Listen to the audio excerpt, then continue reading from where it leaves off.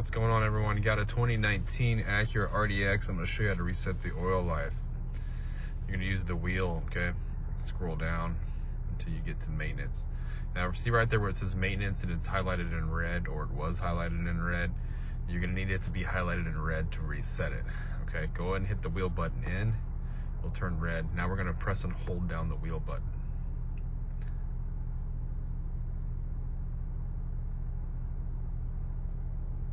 You're going to hold it in for about 10 seconds and then the menu will change, okay? And that's the key. If it doesn't have that little red halo around it, it's not going to give you this menu here. Now I'm just going to go ahead and hit all items due. I'm going to just press and hold the button down for a second. And it'll tell you right there, all maintenance items have been reset. All right, let's see how it went back to not being red. And that's the trick.